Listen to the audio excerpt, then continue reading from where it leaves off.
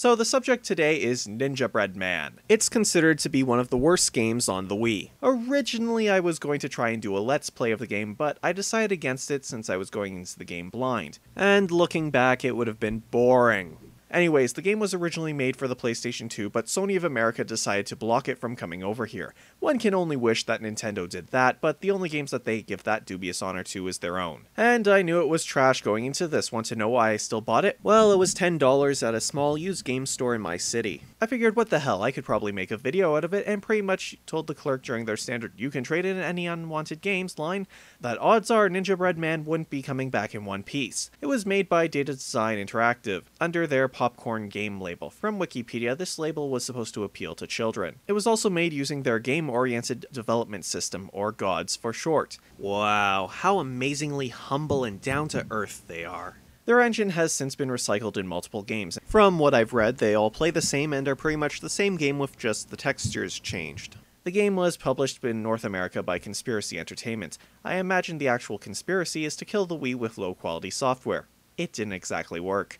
Want to know what this cover says to me? Wasted potential. This could easily be the poster to the world's greatest stop-motion video. But no, it was wasted as a shovelware video game cover. Incidentally, it's also the best thing about the game, in a so bad it's good sort of way. Evil cupcakes looming over our protagonist who is spotting that hardcore scowl. There are also some demonic bees flying towards him. In the background, we can see that Amy has used Sunrise. The back of the box is a complete and total laugh. Candyland is under attack. Oh no! Quick, someone protect King Candy, Queen Frostine, and Princess Lolly! Hordes of snapping cupcakes, angry bees, and jelly monsters have taken over this once sweet and tasty land. I thought about complaining about how the bees seemed out of place compared to the other two, but screw it, bees are attracted to sugar. Only one man can stop this evil army of monster cakes. He's one tough cookie, a guy that won't crumble under the pressure. He apparently won't crumble under bad puns either. Ninjabread Man is here.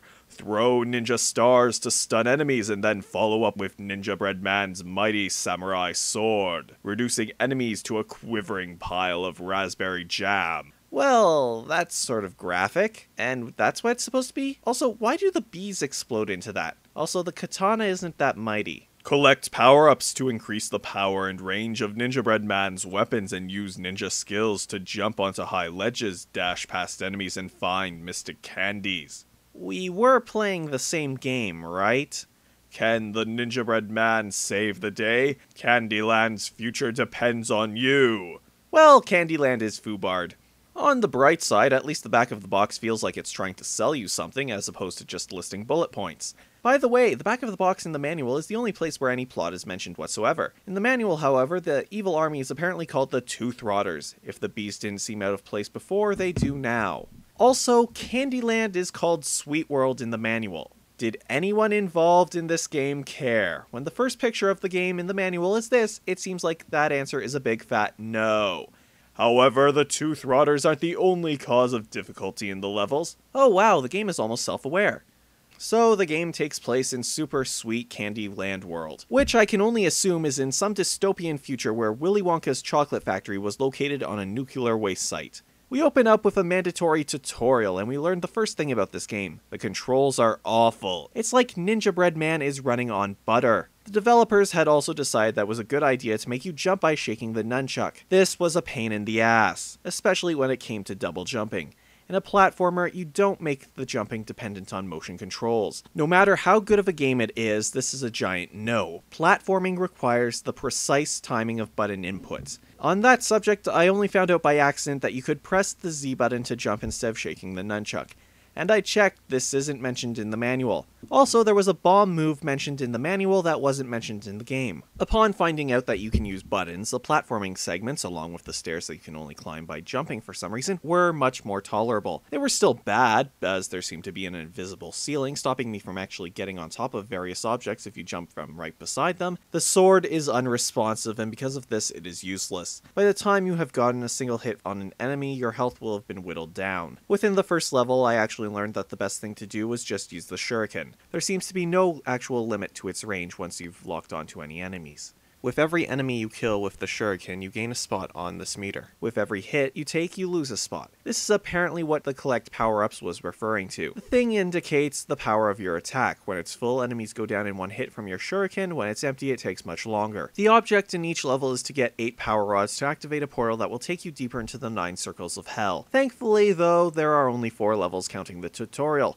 However, surviving them is an exercise in endurance. These 4 levels are Training Dojo, Lollipop Forest, Candy Cliffs, and Cookie Caves. Or, as I like to call them, Denial, Anger, Bargaining, Depression, and then when you finally beat the game, Acceptance. Each level takes advantage of standard video game level number 27, Foodland.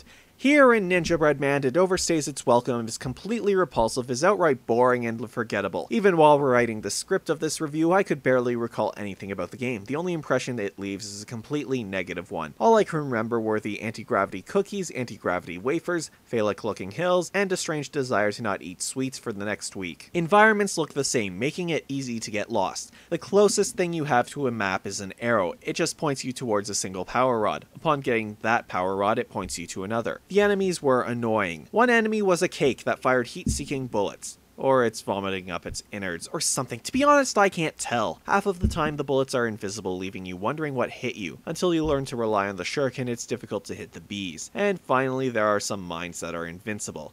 And if you want to get rid of them, you have to detonate them. In the 3rd level, the geniuses thought it would be a great idea to have one on a platform over a bottomless pit. Many lives were lost. You only have 4 lives according to the manual. To gain extra lives, you have to fill up your 10 hearts and gain another heart. I was unable to confirm this, as once again, it's not mentioned in the game. Health is only gained by beating enemies. There are checkpoints throughout the levels, although the first time I saw one, I wondered what the hell it was and what it did. The camera is horrible. You can adjust it so that it's right behind you, or zoom it out so you can see more on the screen. That's it. The music is as forgettable as the rest of the game, especially when the sound effects such as the buzzing of the bees and some warning buzzing sound for any mines are constantly blaring and drowning it out. When you do get to hear the music, it sounds generic and doesn't fit the game at all.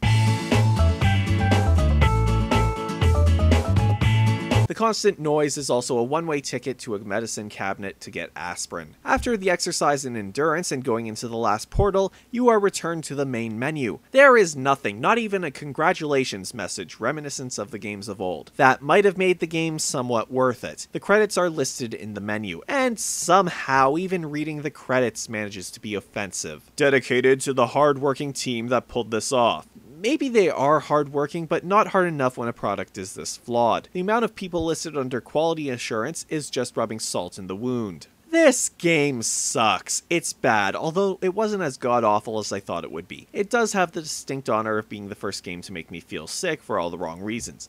Also, it just wasn't how I was feeling that day. Just watching the footage while editing the review made me sick to my stomach and gave me a headache. In a world of 6-hour single-player campaigns and a robust multiplayer, it's criminally short. My playtime was just over an hour long. At about halfway through the game, I wanted to run away. It's at least playable and you can complete the game, but it's just so boring. I didn't want to go into the other modes. Completing the levels allows you to do them again with additional challenges, such as a speed run and collecting hidden objects. But I didn't have the stomach or the patience to continue playing. I can only imagine that playing the whole game will either drive someone insane or just kill them. Well, since this game can't go back on my shelf between Knights and No More Heroes, I guess there's only one thing left to do.